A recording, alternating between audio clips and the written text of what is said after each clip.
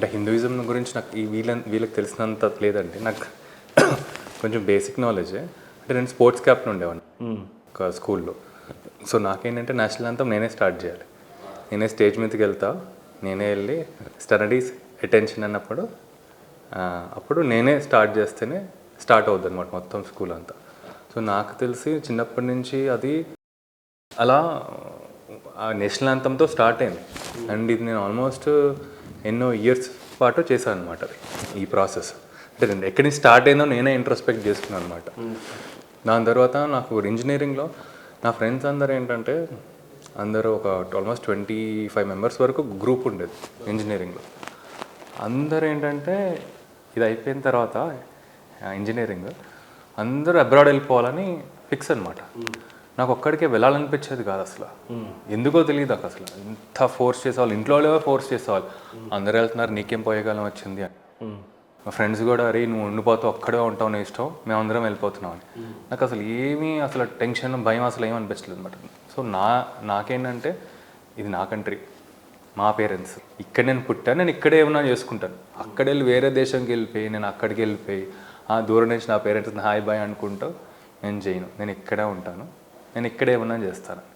So నాకేమన్నా ఉంది అంటే నా కంట్రీ వైపు ఆర్ ఇది.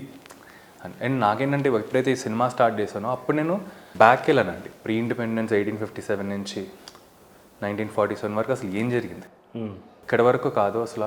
అక్కడ లీడర్స్, అక్కడ ఫైట్, అసలు బ్రిటిషర్స్ ఎలా వచ్చారు, ఇంగ్లీష్ లాంగ్వేజ్ ఎలా ఇంట్రడ్యూస్ చేశారు. ఇప్పటికి ఇంగ్లీష్ మనం అనేది ఇదొక్కటి నాకు చెప్పాలి సార్.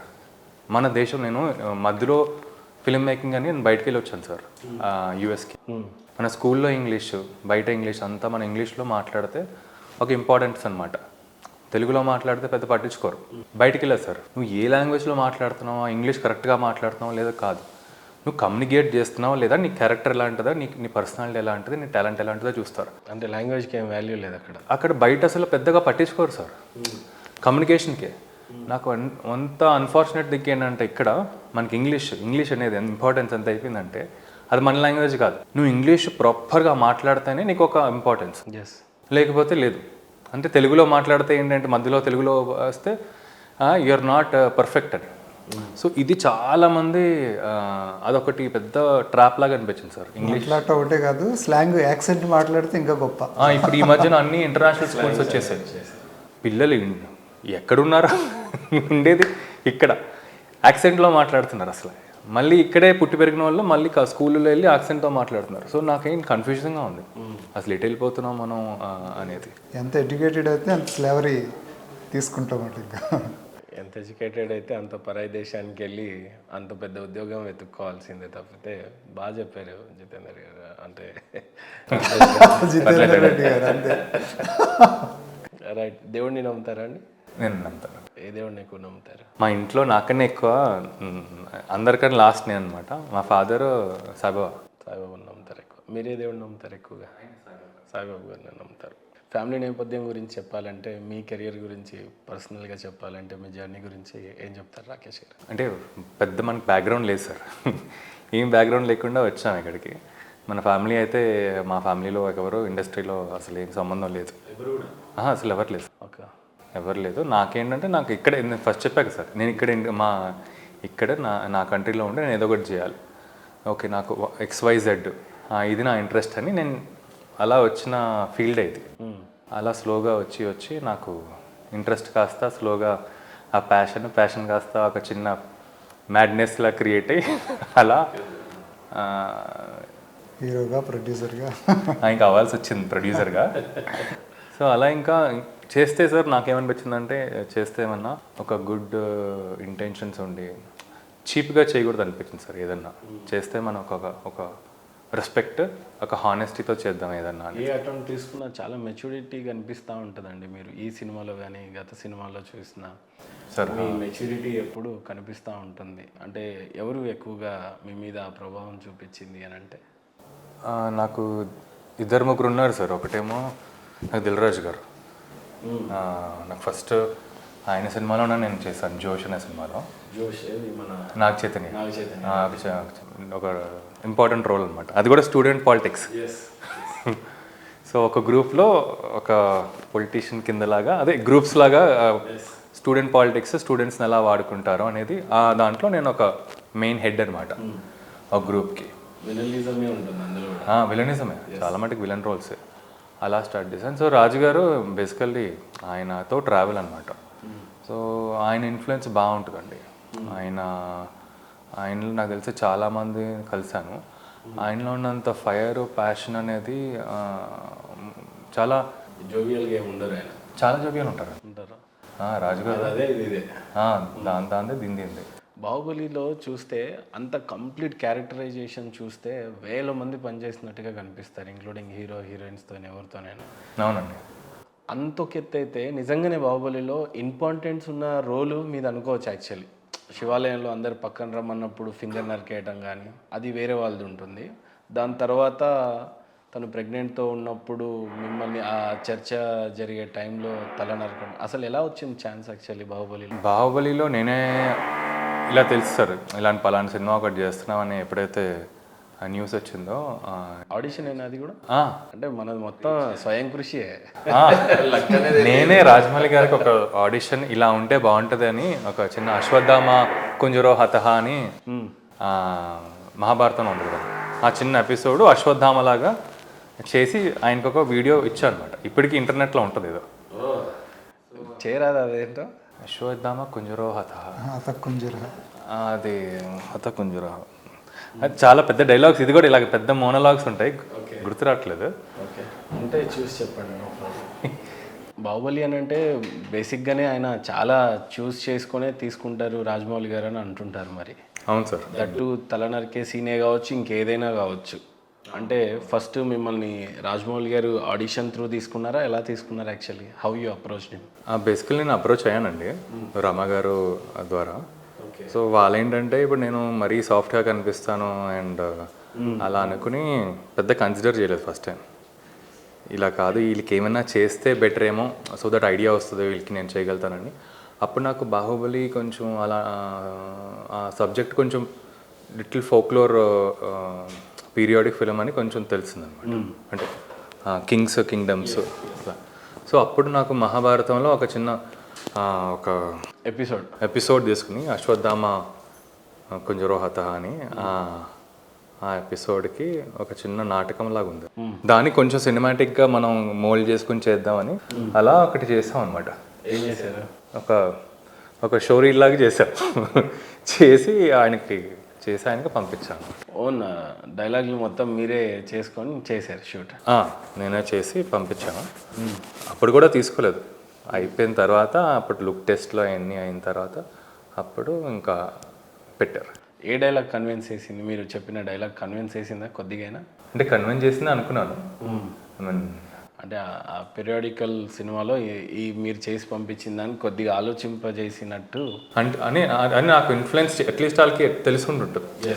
మరీ పక్కన పెట్టలేము, అట్లీస్ట్ కన్సిడర్ చేయొచ్చు.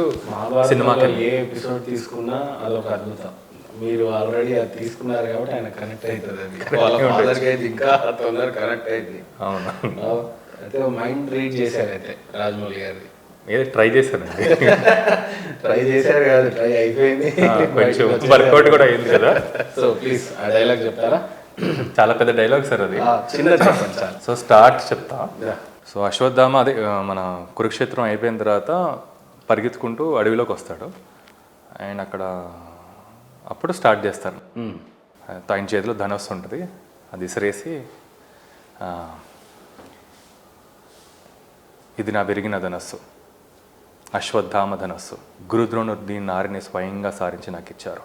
ఇవాళ నేను నిరస్తుడై దీనంగా కన్నీరు కార్చే దుర్యోధను చూశాను. అందుకే ఈ ధనస్సును నా ధనస్సును విరిచేశాను. ఇంకా పెద్ద డైలాగ్ చెప్పారా? ఓ మొత్తం ఉంటుంది, 14 minutes. అంటే విజువల్గా షూట్ కూడా చేస్తాం. ప్రభాస్ గారితో ఏమైనా రిలేషన్షిప్స్ కంటిన్యూ అయినాయండి? ఆయన గుర్తుంటుందా? తల నరికేసే సీన్ కాబట్టి ఇంటర్వెల్ బ్యాంక్ ముందు అనుకుంటా, అది ఇంటర్వెల్ తర్వాత సెకండ్ హాఫ్లో మధ్యలో వస్తుంది. ఆయనతో నేను ఈ సినిమా ముందు కూడా చేశానండి, మిర్చిలో చేశారా? ఓపెనింగ్ సీన్ ఆయన ఇంట్రడక్షన్ ఇంట్రడక్షన్ తర్వాత గిటార్ దగ్గర ఫైట్ ఉండే దగ్గర అంటే ఎక్కడైనా విలన్ సైడ్ నుంచే తీసుకొచ్చుకున్నాడు ఏదైనా. First time Jitender Reddy plus అంతకుముందు సినిమా, ఇవి 2 హీరోస్గా. కానీ ఖచ్చితంగా జితేందర్ రెడ్డి అయితే ఎస్టాబ్లిష్ చేస్తారండి మిమ్మల్ని. ఎందుకంటే నిజంగానే మీరు సౌమ్యంగా కనిపిస్తున్నారు. బట్ ఎప్పుడైతే జితేందర్ రెడ్డి గారి సైడ్ పోతే అది నిజంగానే పూనుతా ఉంది, అది కనిపిస్తూ ఉంది మీలో. సో బ్యాక్గ్రౌండ్ అనేది ఏం లేదు ఇంకా ఫైనల్గా ఫ్యామిలీ అది ఏదైనా ఒంటి చేయి పోరాటం. ఫిలిం ఇండస్ట్రీలో అయితే ఏం లేదు సార్. ఏమన్నా ఫైనాన్షియల్గా ఎస్టాబ్లిష్ అయినట్టేనా అండి? ప్రొడ్యూసర్గా కూడా మారారు కదా గత సినిమాలో. ఎక్కడ సార్ ప్రొడ్యూసర్స్కి పెద్ద ఫైనాన్షియల్ ఎస్టాబ్లిష్ ఉండవు, డబ్బులు తీసుకొచ్చి పెడతామే. నేను ప్రొడ్యూసర్ కూడా అయిన రీజన్ ఏంటంటే ఆల్మోస్ట్ బాహుబలి తర్వాత అప్పుడు ఇంకా ఫిక్స్ అయ్యాను సార్, చేస్తే ఇంకా లీడింగ్ యాక్టర్గా చేయాలి, మనం హీరోగా చేయాలి, ఇంకా లేకపోతే ఇలా చేసుకుంటూ వెళ్ళిపోతామని. 2 ఫిల్మ్స్ స్టార్ట్ అయ్యి ఆగిపోయింది. ఓకే. ఇంకా వేరే వాళ్ళ మీద డిపెండ్ అవటం కాదు, ఏదో ఒకటి నేనే చూసుకుని మొత్తం ప్రొడక్షన్ కూడా చూసుకోవాలని ఎగ్జిక్యూటివ్ ప్రొడ్యూసర్గా చేద్దాం అనుకున్నాం, వేరే వాళ్ళు ఫండ్స్ పెట్టి. సరికి లాస్ట్ మూమెంట్లో ఎవరైతే ఫండ్స్ పెట్టాలనుకున్నారో వాళ్ళు కూడా పెట్టలేదు, ప్రొడ్యూసరే. ఇంకా అప్పుడు నేను ఇంకా వచ్చినట్టు ఇంకా 2 monthsలో షూట్ స్టార్ట్ అనమాట. సో మూవీ బడ్జెట్ అంతా రైజ్ చేయాలి. అప్పటికల్లా టీం అందరూ వచ్చేసారు, కూర్చున్నారు, ప్లాన్ అంతా అయిపోయింది, మూవీ బడ్జెట్ రైజ్ చేయాలి 2 monthsలో. అప్పుడు ఇంకా వేరే వాళ్ళ మీద మళ్ళీ డిపెండ్ అవటం వద్దు, నేనే ప్రొడ్యూసర్ అవుతా ఈ సినిమాకని. అప్పుడు ఇంకా ఫ్రెండ్స్ ఫ్యామిలీ అందరికి ఇంకా చందాలు వేయండి, ఇంకా స్టార్ట్ చేయండి అని అలా వేసుకుంటూ చేసిన సినిమా ఫస్ట్ ఎవరికి చెప్పొద్దు అనేది. సో అక్కడి నుంచి నాకు అర్థమైంది అనమాట, ఓకే మనం ప్రొడ్యూస్ చేయటం అర్థమైంది, ఎలా ఫైనాన్స్ ఎలా తేవచ్చు మనం. సో ఆ ఫైనాన్స్ ప్యాటర్న్ అర్థమైన తర్వాత ఇంకా కంటిన్యూ చేద్దామని అనుకున్నాను. అది అయిపోతుంది, మూవీకి అయిపోతుంది. ఫస్ట్ మూవీ మొన్నే పేకమేడలో ఒక సినిమా వచ్చిందనమాట మనది, సో అది బాగానే చేసింది. సో అంతే నేను అదే ఇంకొకసారి అర్థమైపోయిన తర్వాత ఇంకా బిజినెస్ ఎలా చేయాలి, ఎప్పటికి చేయాలనేది అది క్రాక్ చేయగలిగారు. జితేందర్ రెడ్డి సినిమా చూసిన తర్వాత మీకు వచ్చినటువంటి కాంప్లిమెంట్ కానీ, అంటే హానెస్ట్గా జెన్యున్గా ఎలాంటి కాంప్లిమెంట్స్ వచ్చినాయి మీకు? అంటే అన్నిటికన్నా బాగానే వచ్చినాయి సార్, కాంప్లిమెంట్స్ వస్తున్నాయి. సో అన్నిటికన్నా నాకు జెన్యున్ మోస్ట్ నాకు సాటిస్ఫాక్షన్ కాన్ఫిడెంట్ కమెంట్ ఏంటంటే అక్కడ రాకేష్ కాదు జితేందర్ రెడ్డి కనిపిస్తుంది. ఎస్. సో నా ఎప్పుడు ఇంటెన్షన్, నాకు ఎప్పుడు రోజు రాత్రి పగళ్ళు మేము చేసింది కూడా అదే అనమాట, రాకేష్ కనిపించకూడదు, ఎవరైతే నా బిహేవియర్ ఉందో కనిపించకూడదు, ఆయన జితేందర్ రెడ్డి గారే కనిపించాలి, ఎస్పెషలీ ఆయన ఫ్యామిలీ మెంబర్స్. ఎందుకంటే ఆయన family మెంబర్సే Jitender Reddy garu direct interaction, plus Jitender Reddy garu కొందరు డైరెక్ట్గా కలిసి ఉన్న వాళ్ళు. సో వాళ్ళ కానీ యాజ్ ఏ హీరోగా జెన్యున్ కాంప్లిమెంట్ నేను సినిమా చూసిన వ్యక్తిగా ఇవ్వాలంటే మీకు ఒక సరి లేరు మీకెవరు కాదు సరైనోడు అని అనుకుంటా. అల్లు అర్జున్ది ఒక సీరియస్ క్యారెక్టర్ని రోల్ చేస్తూ ఉంటాడు, అంటే ఆ సీరియస్నెస్ని టన్నులు కావాలంటాడు, అదంతా ఇది ఉంటుంది. తర్వాత బార్డర్ మీద పనిచేస్తాడు, నా పేరు సూర్య ఏదో ఉంటుంది, ఆ సినిమాలో కూడా సేమ్ ఆల్మోస్ట్ అల్లు అర్జున్ గారు కూడా సేమ్ యాటిట్యూడ్నే క్యారీ చేస్తారు. నాకు తెలిసి జితేందర్ రెడ్డి సినిమా చూసిన తర్వాత మిమ్మల్ని పెద్ద హీరో ఖచ్చితంగా టేక్ ఓవర్ చేస్తారు, అండ్ మీరు పెద్ద హీరో అయిపోయిన తర్వాత మమ్మల్ని మర్చిపోదు. ఇదే నా ఫీడ్బ్యాక్. ఇంకా నిజం చెప్తున్నానండి, ఈవెన్ విరెన్చి గారికి కూడా బ్రేక్ త్రూ వస్తుందండి. అంటే from the beginning to the last ఒక్క సెకండ్ కూడా పక్కకు తిప్పకుండా ఆయన అసలు ఎలా డిజైన్ చేశారో తెలియదు, ఆయన చాలా గ్రేట్ ఆ విషయంలో.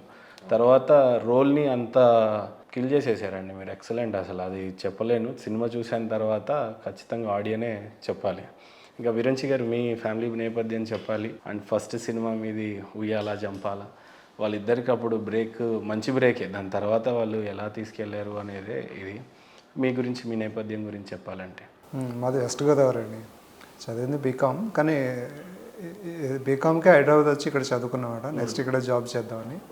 సో నాకు హైదరాబాద్ వచ్చిన తర్వాత అంటే ఊళ్ళో మూవీస్ చూడటం తక్కువ, హైదరాబాద్ వచ్చిన తర్వాత మూవీస్ చూడటం స్టార్ట్ చేసి డిగ్రీ అయ్యే లోపల 3 yearsలో మూవీస్కి వెళ్ళిపోవాలని డిసైడ్ అయ్యామంట.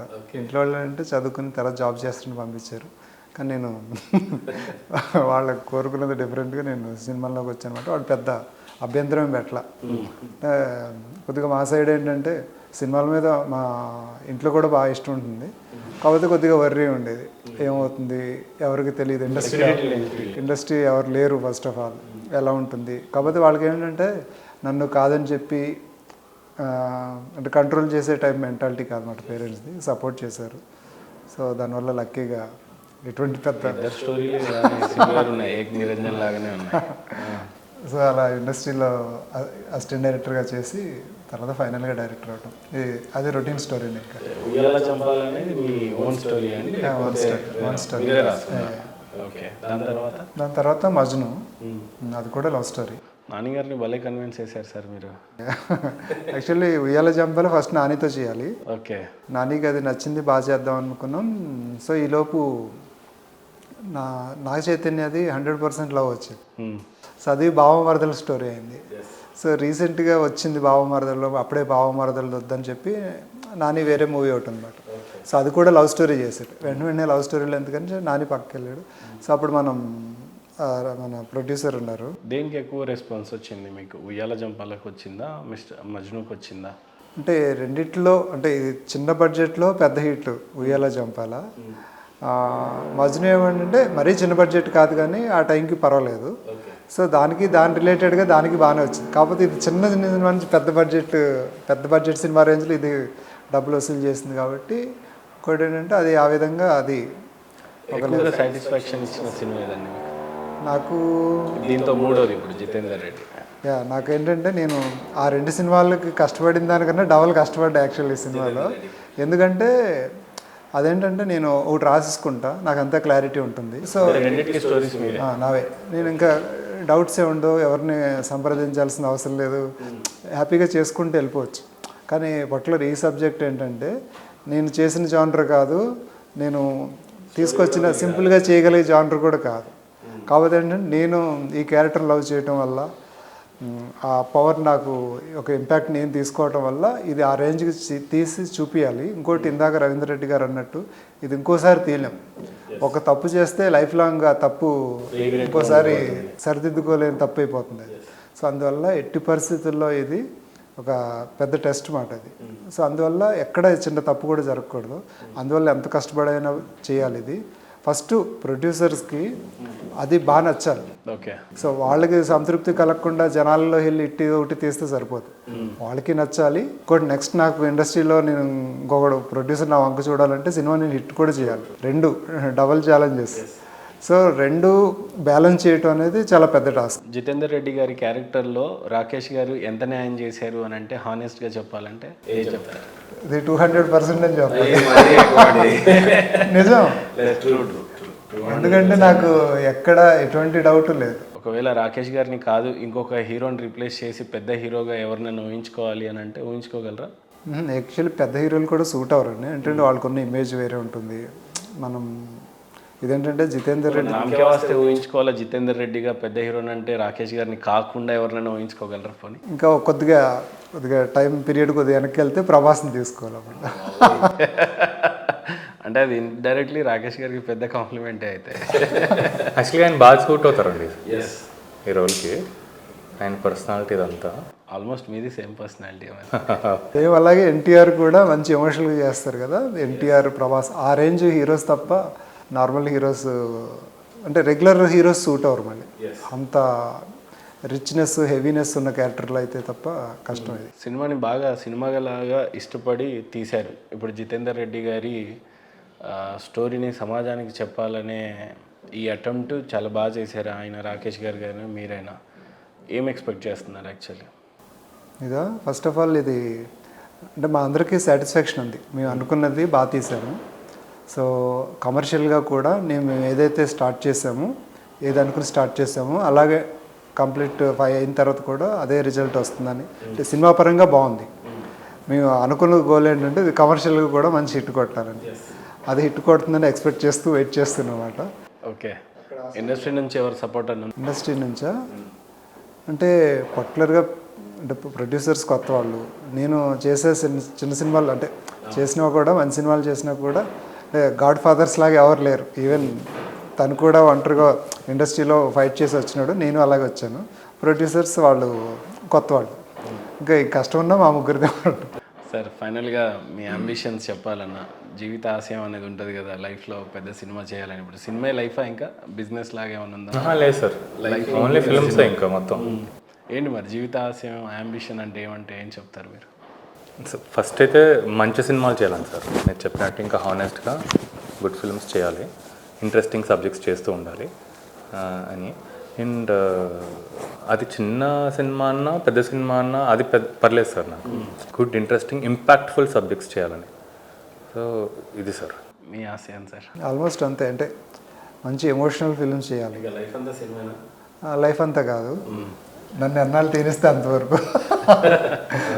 సో ఆ తర్వాత ఇంకా రకరకాల ప్లాన్స్ ఉన్నాయి, అది ఏ రూట్లో వెళ్తుందో ప్రస్తుతానికి అయితే చెప్పలేము. ఆశయం అనేది ఉంటుంది జీవితంలో ప్రతి ఒక్కరికి, కాబట్టి అలాంటి ఆశయం ఏమైనా ఉందా పర్సనల్గా మీకు?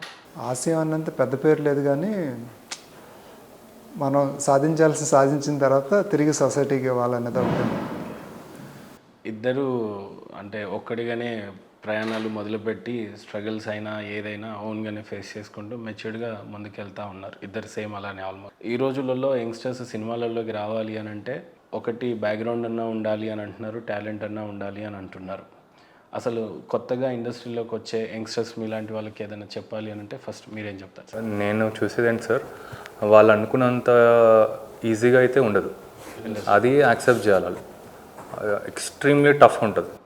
సో మనకు అంత రెడీ, ఎనీథింగ్ రెడీ. నేను ఎన్ని డిఫికల్టీస్ వచ్చినా, ఎన్ని ఆబ్స్టాకిల్స్ వచ్చినా కూడా నేను ఫేస్ చేసి ఫార్వర్డ్ వెళ్తా అని ప్యాషనేట్గా వస్తేనే ఇక్కడ మనం ఏమైనా వర్కౌట్ అవుతుంది సార్, లేకపోతే టైం వేస్ట్ అయిపోద్ది వాళ్ళకి. అంటే టాలెంట్స్ ఎక్కువగా ఏమైనా నేర్చుకోవాల్సి ఉంటుందండి ఫస్ట్ ఫిక్స్ అంటే ఓపెన్ ఉంటే సార్, ఫస్ట్ మనం మైండ్ ఓపెన్ ఉంది అనుకోండి, ఏ టాలెంట్ వచ్చినా మనం గ్రాప్ చేయగలుగుతాం. లేదు నేను ఇదే చేస్తాను, నేను హీరోగానే చేస్తా, నేను అప్పటి వరకు నేను ఇంకా వేరే రోల్స్ ఏమి చేయను అనేసరికి వర్కౌట్ అవుతుంది సార్. ఫస్ట్ మీకు ఏదైతే రోల్స్ వస్తున్నాయో ఇంట్రెస్ట్, ఫస్ట్ ఎంట్రీ అయిన తర్వాత అక్కడి నుంచి స్లోగా వేసుకుంటూ రావాలి. మీరేం చెప్తారు సార్ కొత్తగా వచ్చిన వాళ్ళకి?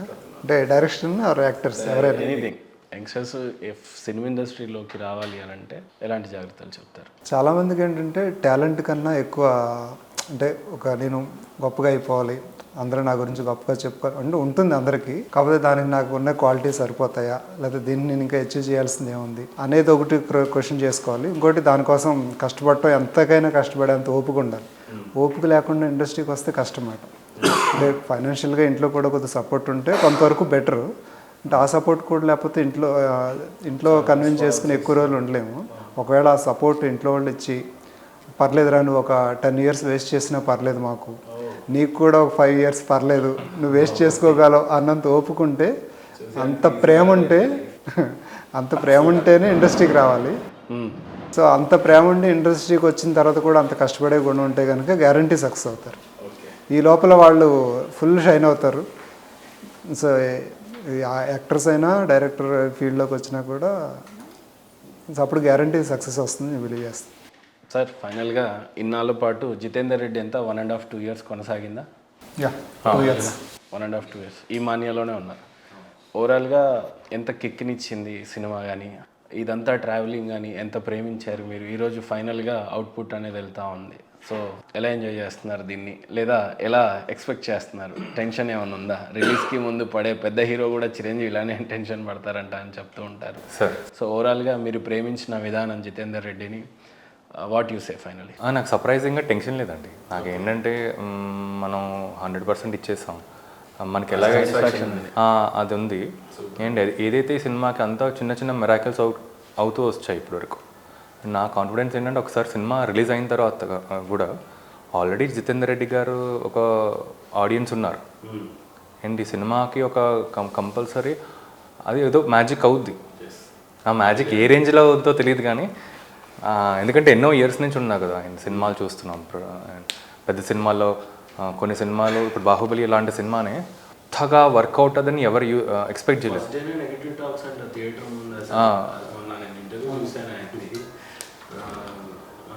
సో ఎలా వర్కౌట్ అవుద్దో, ఎంత రేంజ్లో వర్కౌట్ అవుద్దో తెలియదండి. జస్ట్ ఏంటంటే మన ఎనర్జీ మనం కాంట్రిబ్యూట్ చేస్తూ వెళ్తే, సో ఆ నమ్మకం నాకు జితేందర్ రెడ్డి మీద ఉంది. కాపీ బాగా వచ్చింది కాబట్టి you have your enough confidence. And ఈ సినిమాలో ఒక సోల్ ఉంది కదా సార్, సో ఆ సోలే ఫిగర్ అవుట్ చేసుకుంటుంది ఏం కావాలనేది. సూపర్, బాగా చెప్పారు సార్. మీరేం చెప్తారు సార్ సినిమాకి? యాక్చువల్లీ ఇది ముందు నుంచి కూడా అన్నీ అన్ఎక్స్పెక్టెడ్ జరుగుతున్నాయి. నేను ఈ ప్రాజెక్ట్లోకి రావడం కానీ, రాకేష్ రావడం కానీ, అంటే నేను లవ్ స్టోరీ చేసి నేను ఈ సినిమాకి చేయటం కానీ, రాకేష్ కూడా అంతకుముందు ఇలాంటి క్యారెక్టర్ చేయలేదు. ఇది ఒక పెద్ద, అంటే లార్జర్ దాన్ లైఫ్ సినిమా నేను సక్సెస్ఫుల్గా చేయటం, ఫస్ట్ ఆఫ్ ఆల్ చేయటమే కష్టం. సో అది చేసి ఇంత గ్రాండ్గా అది అందరికీ నచ్చటం, సో ఇదంతా కూడా జస్ట్ మా వల్ల అయిందని కూడా అనుకోలేమాట. ఓకే. సో అదంతా జితేందర్ రెడ్డి గారిలో ఉన్న ఆ పవర్ మామూలు నడిపించింది అనమాట అది. సో ఇక్కడి నుంచి వచ్చింది, ఇంతవరకు వచ్చాం కదా, సక్సెస్ఫుల్గా ఇంకా ఎదరికి వెళ్తామని నమ్మకం ఉంది. ఇంకోటి ఏంటంటే నేను ఫస్ట్ నుంచి ఇండస్ట్రీకి రావడం దగ్గర నేను నమ్మింది ఏంటంటే, నేను సినిమాల్లోకి డబ్బు పేరు అవన్నీ పక్కన పెడితే నాకు ఇందులో ఒక జాయ్ ఉంది. నేను అనుకున్నది ఎక్స్ప్రెస్ చేయడంలో, దాన్ని కమ్యూనికేట్ చేయడంలో, ఎలా వెళ్తే బెటర్, ఎలా కమ్యూనికేట్ చేయాలి, ఎంత బాగా ప్రజెంట్ చేయాలి అన్న దాంట్లో నాకు ఆ జాయ్ ఉంది కదా, ఆ జాయ్ కోసం వర్క్ చేయాలి అంతే. సో ఉయ్యాల జంపాలు రిలీజ్ అప్పుడు కూడా నాకు తెలియదు హిట్ అవుతుందో ఫ్లాప్ అవుతుందో, జెన్యున్గా చేశాను. ఆడితే ఆడుతుంది, ఆడకపోతే తెలియదు నాకు. కాకపోతే నేను జెన్యున్గా చేశాను కదా, నచ్చుతుందనే హోప్ మాట. ఇప్పుడు కూడా అదే హోప్ నాకు. అంతా జెన్యున్గా చేశాను, నీవు ఒక్కడే కదా, అంత ఎఫర్ట్స్ ఒకటే కాదు, ప్రతి దాంట్లో కూడా తప్పులు చెప్పకుండా మమ్మల్ని మేము చెక్ చేసుకుంటూ ఎంత బాగా ప్రజెంట్ చేయాలి. ఇంకోటంటే ఎమోషన్ ఏంటంటే, అబద్ధాలు చెప్పినప్పుడు ఏంటంటే తెలియకుండా మనలో ఎక్కడో చిన్న గిల్ట్ ఉంటుంది. అంటే అది ఎలా రిసీవ్ అవుతుంది అవతల వాడికి? మనం ఏంటంటే అంత జెన్యున్ ఎఫర్ట్స్ పెట్టాం కదా, సో గ్యారంటీ ఈ గ్రేట్ సోల్ ఇంతవరకు తీసుకొచ్చింది మనల్ని. సో ఇంకా ఎదరికి వెళ్తుంది అనేది నమ్మకంతో, గట్టి నమ్మకంతో ఉన్నమాట. సార్, స్టోరీలో బాగా సోల్కి కనెక్ట్ అయ్యేది ఏంటంటే, ఫైనల్గా సీన్ క్లైమాక్స్లో 73 బుల్లెట్లు తగిలిన ఒక పర్సన్ ఫైనల్ క్లైమాక్స్ సీన్లో ఉంటాడు. తమ్ముడిగా ఆయన వేదన ఎలాంటిదంటే, అన్నయ్య గురించి చెప్పాలి నేను అని చెప్పి రవీందర్ రెడ్డి గారు ఇంత ప్రయాసపడి సినిమాగా ఇంతమందికి ఉపాధి ఇచ్చింది ఒక రకంగా అయితే, ఒక ఎమోషన్ కనెక్ట్ రవీందర్ రెడ్డి గారి గురించి చెప్పాలి మీరు పర్సనల్గా. ఇప్పుడు ప్రొడ్యూసర్ కూడా ఆయనే కాబట్టి వాళ్ళ గురించి చెప్పాలంటే ఏం చెప్తారు సార్? అదే సార్, ఇప్పుడు మనకి ఆయన చెప్పినట్టు ఇప్పుడు మనకి ఇప్పుడు వేరే సినిమాలో అయితే, ఇప్పుడు నేను ప్రొడ్యూసర్ కదా సార్, ఈ బడ్జెట్ అంటే ఆ బడ్జెట్ లాక్ అనమాట. దానికన్నా ఒక 10% ఎక్కువ పెట్టచ్చు. వీళ్ళు 200 300% ఎక్కువ పెట్టారు సినిమాకి. సో నాకు భయం ఏంటంటే, వీళ్ళు పెట్టేది మళ్ళీ నా మీద.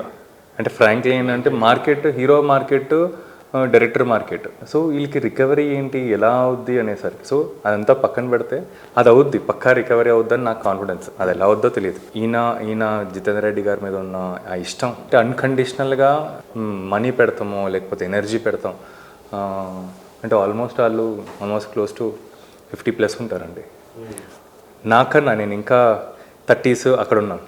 వాళ్ళు నాకన్నా ఎక్కువ ఎంతూజియాస్టిక్గా వర్క్ చేసేవాళ్ళు. నా వైఫ్ ఉంటుంది అనమాట. ఎలా వర్క్ చేస్తారంటే అసలు వాళ్ళ కోసమైనా మనం చేయాలని. ఇన్ఫ్యాక్ట్ వీళ్ళంతా సినిమా హీరో చేసిన తర్వాత పక్కెళ్ళిపోతాడు. నేను అప్పటి నుంచి ఎప్పుడైతే ఈ సినిమాలో వచ్చానో ఆ డే నుంచి ఈ డే వరకు ఇప్పుడే నేను డిస్ట్రిబ్యూటర్స్తో మాట్లాడి వస్తున్నాను అనమాట. ఆ డే నుంచి ఈ డే వరకు వీళ్ళతోనే ఉన్నా, ఎక్కడికి పక్కకు వెళ్ళలేదన్నమాట. ఇంకా నా సినిమాలు కూడా మెల్లిగా రిలీజ్ చేసుకుందాం, ఫస్ట్ ఈ సినిమా ఏంటో అసలు చూద్దాం, ఎక్కడికి తీసుకెళ్తుందా అనేది. సో నేను కూడా ఒక రకంగా ఇప్పుడు విరించితో పాటు, మా ప్రొడ్యూసర్స్తో పాటు, టీంతో పాటు అంతా అటాచ్డ్ అనమాట. సో ఇదంతా ఒక రకంగా ఏంటంటే, వాళ్ళ ఎనర్జీ, వాళ్ళ కాంట్రిబ్యూషన్ వల్లే ఇలా నేను అటాచ్ అయ్యాను. సో అది సార్ ఆ ఇష్టం అండ్ అన్కండిషనల్ లవ్. ఆయన చాలా లవింగ్ అండి, చాలా స్వీట్ పర్సన్ ఆయన. అంటే జనరల్గా పొలిటికల్ బ్యాక్డ్రాప్ ఉన్నా కూడా నాకు పొలిటీషియన్స్ అంటేనే అది దూరంగా ఉండిపోతాం కదా, కానీ ఆయన ఫస్ట్ టైం చూసినప్పుడే చాలా స్వీట్ పర్సన్ అనిపించింది అనమాట. సో అలా స్టోరీ విన్నప్పుడు కూడా సో ఆయన ఎక్స్ప్లెయిన్ చేసేది అంతా అర్థం తర్వాత ఈయన చాలా జెన్యూన్, అయినా ఎమోషనల్గా చాలా సాఫ్ట్. సో అక్కడ కూడా నేను సినిమా చేయడానికి కూడా నాకు కొద్దిగా ధైర్యం వచ్చిందన్నమాట.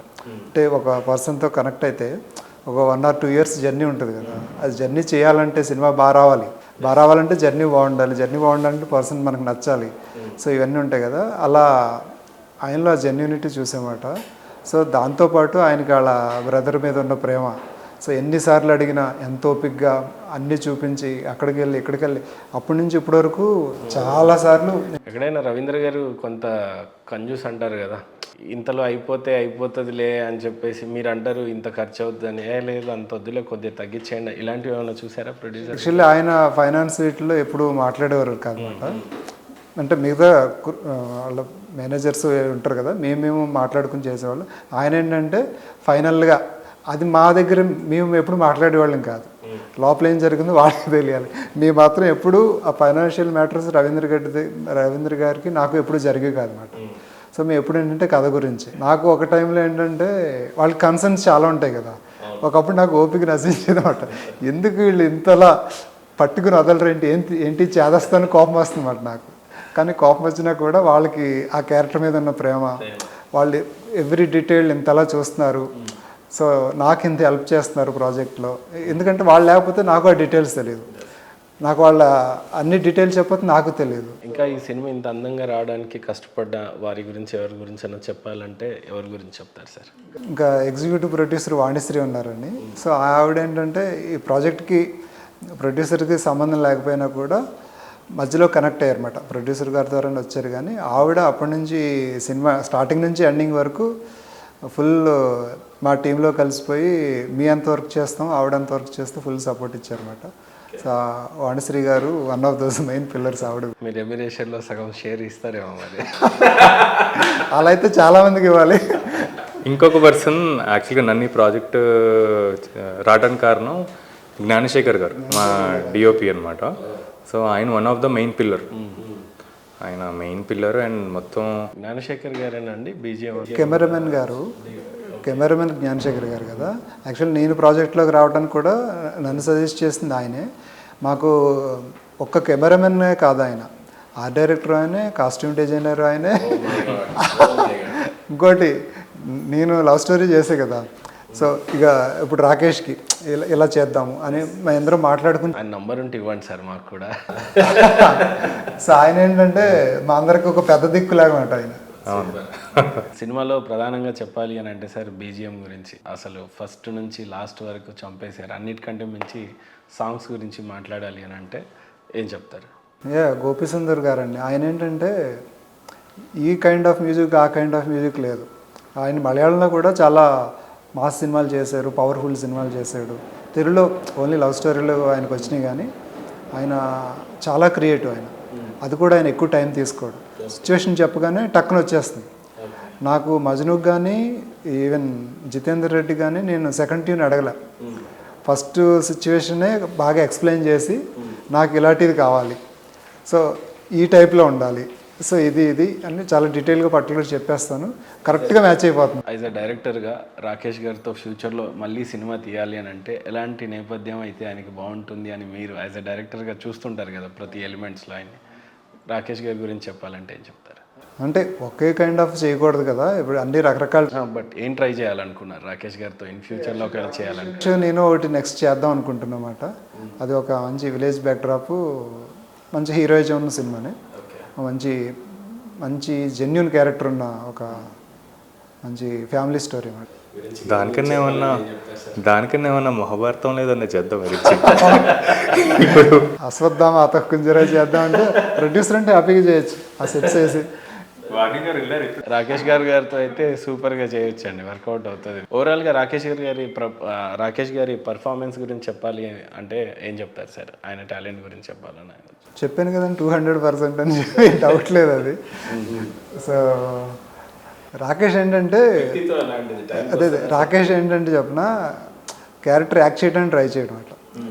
క్యారెక్టర్లో తనకేం క్యారెక్టర్స్కి తనకున్న క్యారెక్టరిస్టిక్స్కి దానికి మ్యాచ్ అవుతాయా, సో ఆ క్యారెక్టర్లో నేనున్నానా, అలా లోపల నుంచి ఒక అప్రోచ్ ఉన్నప్పుడు అది గ్యారంటీ జెన్యున్గా బయటకు వస్తుందన్నమాట. సో మేము కూడా ఏంటంటే ఈ జితేందర్ రెడ్డి సినిమా ఇంత పెద్ద సినిమా అవడానికి కారణం ఏంటంటే తెలియకుండా రాకేష్ వల్ల మాకు ఎనర్జీ వచ్చింది.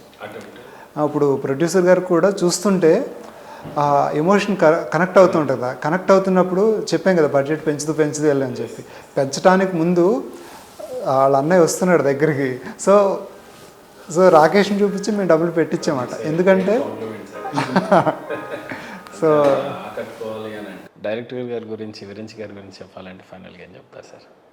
నేను చాలామంది పెద్ద డైరెక్టర్స్తో వర్క్ చేస్తానండి. అంటే ఆల్మోస్ట్ అంటే ఇండియాలోనే నెంబర్ 1 నెంబర్ 2 అలా వేసుకుంటే అలాంటి డైరెక్టర్స్తో వర్క్ చేస్తాను నేను. సో నాకు నమ్మకం ఏంటంటే విరించి నెంబర్ 1 నెంబర్ 2 వెళ్ళిపోతాడని. ఇది చేస్తే తను ఏంటంటే చాలా గ్రౌండెడ్గా అలా ఉంటాడు, కానీ అదే అంటూ ఉంటా విరించి ఇంకా కొంచెం పెద్దది ఆలోచించండి, చేయండి, అది చేయండి, స్టార్తో చేయండి అని. సో తన స్ట్రెంగ్త్ తనకి ఇంకా తెలియదు, నాకు తెలుసు. సో అందుకనే నేను విరించి నిజమే మీలో ఆ స్టఫ్ ఉంది, సినిమా చూశాక ఖచ్చితంగా ఆ కాంప్లిమెంట్ ఇవ్వాలి. సో నేను ఏదో చెప్పాలని చెప్పట్లేదు, ఎందుకంటే వాళ్ళందరితో వర్క్ చేశా కాబట్టి వాళ్ళు ఏ ఎనర్జీ లెవెల్స్ ఏ టాలెంట్ ఉంటుందో తెలుసు అండ్ విరించికి కూడా ఏ ఎనర్జీ లెవెల్స్ టాలెంట్ ఉంటుంది కాబట్టి అండ్ డెఫినెట్గా ఆ పొజిషన్లోకి వెళ్తాడు. సో ఫైనల్గా సిగ్నేచర్ స్టూడియోకి మీ టైం ఇచ్చినందుకు థ్యాంక్ యూ సార్. కాంప్లిమెంట్ నా సైడ్ నుంచి అనుకోండి. ఇద్దరు కూడా ఒక్కరిగానే స్టార్ట్ అయ్యారు. లైఫ్లో ఇంకా చాలా ఉన్నతమైన పోస్ట్కి అంటే రీచ్ అవ్వాలని మనస్ఫూర్తిగా కోరుకుంటున్నాం. ఇందాక జీవిత ఆశయం ఏంటంటే సినిమాలోనే ఆయన జీవితం అనుకున్నారు. మీరు అంతే. కళామ తల్లిని నమ్ముకున్నవాడు ఎప్పుడైనా కళామ తల్లిలోనే కలిసిపోయేంత గొప్ప ఆశయం. ఖచ్చితంగా అవి సిద్ధింపజేయాలని మనస్ఫూర్తిగా కోరుకుంటూ థ్యాంక్ యూ సో మచ్. ఏదైనా నొప్పించుంటే చాలా థ్యాంక్స్ అండి. థ్యాంక్ యూ అండి.